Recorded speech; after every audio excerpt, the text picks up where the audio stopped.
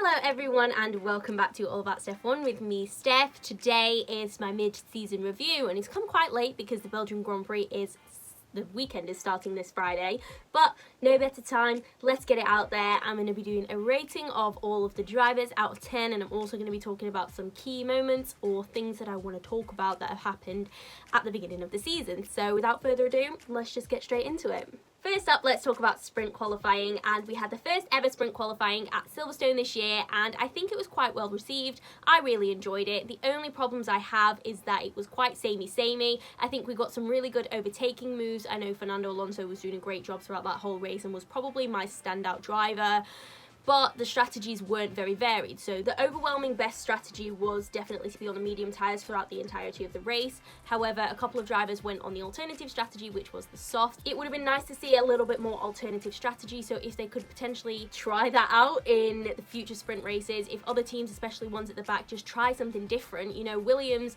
was starting in the top 10 with George Russell and they still went on the same strategy as everyone else. We will next be seeing it at Monza, and I think it could be very interesting because that is definitely a very power hungry track. There's lots of DRS zones, so we could see a little bit more overtaking than we saw at Silverstone. So I'm looking forward to seeing if it will differ, if the results will be different, if people will try and do something that their opponents aren't doing to try and get the edge. So yeah, I'm just looking forward to seeing if it's any different, and then we can start making judgments as to how well the sprint qualifying is actually going. Honestly, the first 11 races of this season have been fantastic. We've had some absolute bangers which will 100% go down in history. Silverstone, Hungary, I'm trying to think of another one. Baku was really exciting. I'm definitely blown away by how exciting 2021 is, considering I expected it to be more of a filler season while we waited for the 2021 regulations to then come in 2022. This season is turning out to be anything but a filler season. It has been full of great races, some incredible racing, standout performances from lots of drivers up and down the grid,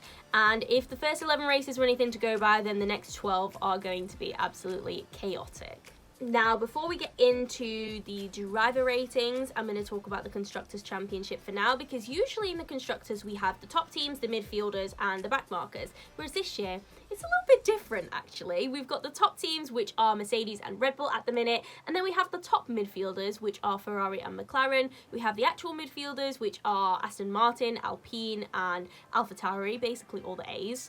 And then we have the backmarkers, which consists of Haas, Williams and Alfa Romeo. So it's really interesting because I thought the midfield was going to be a lot more squashed this year and that the midfield in general would just be a lot tighter, whereas what we've seen is Ferrari and McLaren both make steps up so that they're out of that midfield battle but not quite in the battle with the top two teams at the minute. So it's a very interesting battle between them. They are currently both on 163 points.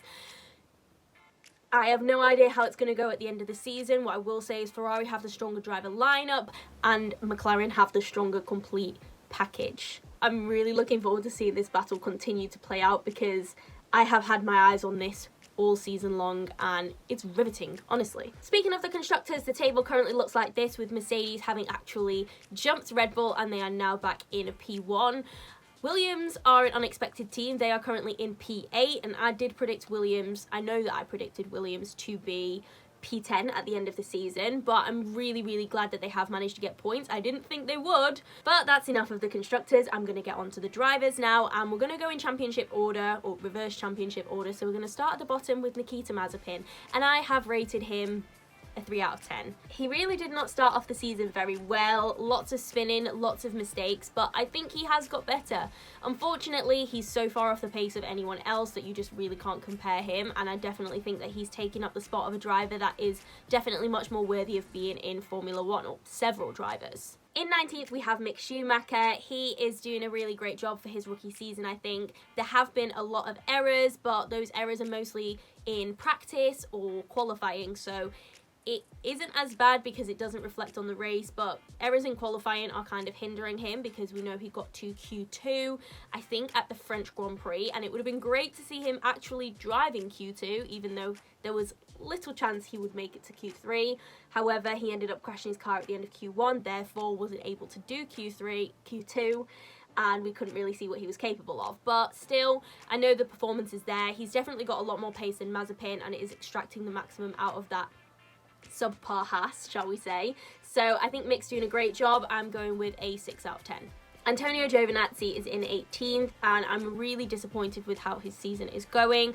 I know that the Alfa Romeo is limited machinery, but I wish I could see him doing more of what Charles Leclerc was doing when he was at Sauber. In comparison to his teammate as well, Kimi Raikkonen, who is in 17th, I just feel like Gio is lacking something. Kimi is obviously a world champion, or a former world champion, so he has that little something that he can bring to this team, whereas I'm not seeing that little spark in Giovinazzi. His season is just falling a little bit flat for me, and I feel the same about Kimi Raikkonen. I feel like Alfa Romeo needs a complete new driver lineup to just switch things up and breathe a little bit of life into that team, and I've been saying this countless times.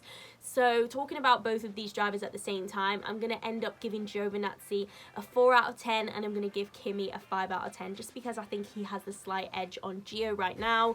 P16 is George Russell. Now, he has finally scored points in a Williams. He scored 4 points at the Hungarian Grand Prix. There have been so many opportunities where he's been really close to scoring points this season as well. French Grand Prix, the Austrian Grand Prix, he had a really great weekend at Silverstone. All in all, George Russell has been performing really well this year. There have been a couple of errors on his score sheet. Imola was really not the best weekend for him, but he was performing really well until he ended up having that contact with Valtteri Bottas that put them both out of the race. Hopefully we'll see him collecting a couple more points in the races to come, because I think it will be well deserved from how he has been performing in the first half. 8 out of 10 from me. P15, Nicholas Latifi. Now, I do think I've been blinded a little bit because I am a big Nicholas Latifi fan, and there has been a lot of talk around Nicholas Latifi and whether he deserves to be in Formula 1, and I obviously think he does deserve to be in Formula 1, but looking at his results this year and looking at how he's comparing to George, it doesn't look great. He did outscore George at the Hungarian Grand Prix, but when you look at the consistency of his season, he's always been behind.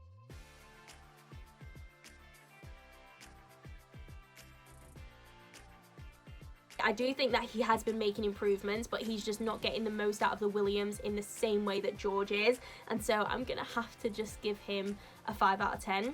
P14 is Lance Stroll. I was not expecting Lance Stroll to be so far down, and I think it just speaks to the caliber of the midfield drivers that we have right now. I've gone with a 6 out of 10 for Lance Stroll, just because I feel like he has been very consistent. He has been a little bit unlucky. I do wish that we could see a little bit more, and I think that Lance Stroll has more to give. I really started believing in him last year when I saw what he could do in that capable and competitive racing point.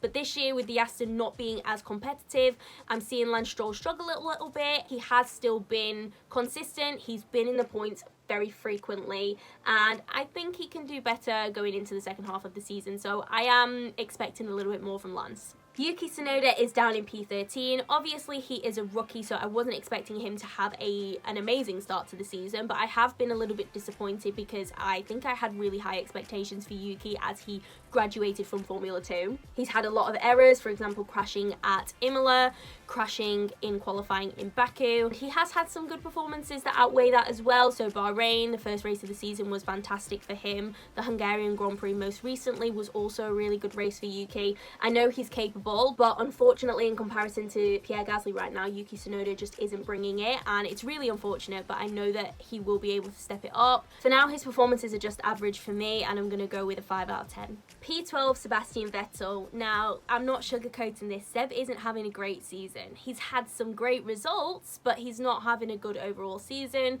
Obviously, moving to a new team in Aston Martin, he was never going to come out of the blocks super well, and the first few races were a little bit iffy for him, but he managed to find his feet in Monaco with a 5th position.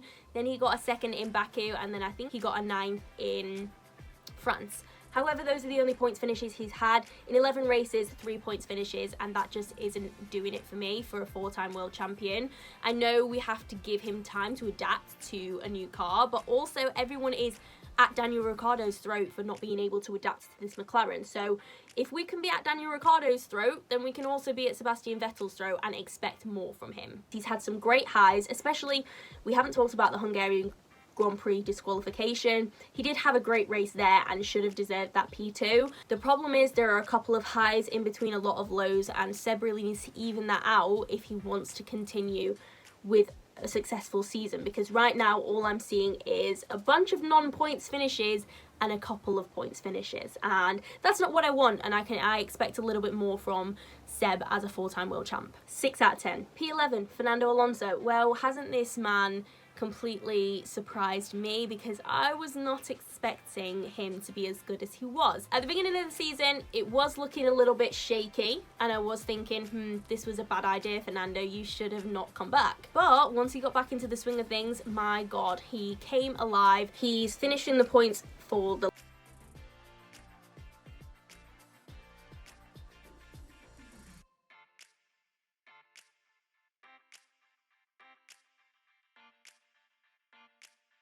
In P10, we have Fernando Alonso's teammate Esteban Ocon. It's been very up and down with Esteban Ocon. I'm worried a little bit in going into the second half of the season now that Fernando Alonso has really come alive. I think that he could outshine Esteban Ocon, and I'm a little bit worried that Ocon's now going to fade into the background. I do hope that this win at the Hungarian Grand Prix is going to re-energize Esteban Ocon, and he's not going to fall into this kind of cathartic non-points finishing streak that he was in. 6 out of 10. P9, Daniel Ricciardo, and this is everyone's biggest disappointment this year, I think. The reason that we think Daniel Ricciardo is doing so terribly is because Lando Norris in comparison is doing so well. We do expect more from Daniel Ricciardo. He's a 7-time race winner. I expect more from him, and I want him to be up there with Lando and fighting the Ferraris, because that battle is juicy. But unfortunately, he just hasn't been taken to the car, and I'm a little bit worried that this car just really doesn't suit his driving style, and he's not going to take to it like we all want him to. So I have everything crossed that the second half of the season will be better, that he'll build up some momentum, and look forward to the 2022 season where with this big overhaul in regulations. But I'm also very worried that it's just this partnership isn't going to work. So I'm a skeptic, and I'm going to go with 5 out of 10 because I think it's just been an average one for him so far. Pierre Gasly, wow, has he been performing well this season? He's been consistently getting into Q3. He's been consistently in the points, consistently best of the rest. Honestly, he's been doing a great job. I think the AlphaTauri is not the best midfield car, but it's also nowhere near as terrible as I thought it was going to be, and he's extracting everything that he can out of it. We can see in comparison to Yuki Tsunoda how well he is adapting to that AlphaTauri car and how well they work together, man and machinery. So yep, Pierre Gasly's doing a great job, just needs to continue what he's doing. I'm going to go with a 9 out of 10. Charles Leclerc, P7, fantastic job so far. He has a podium, he got 2 pole positions.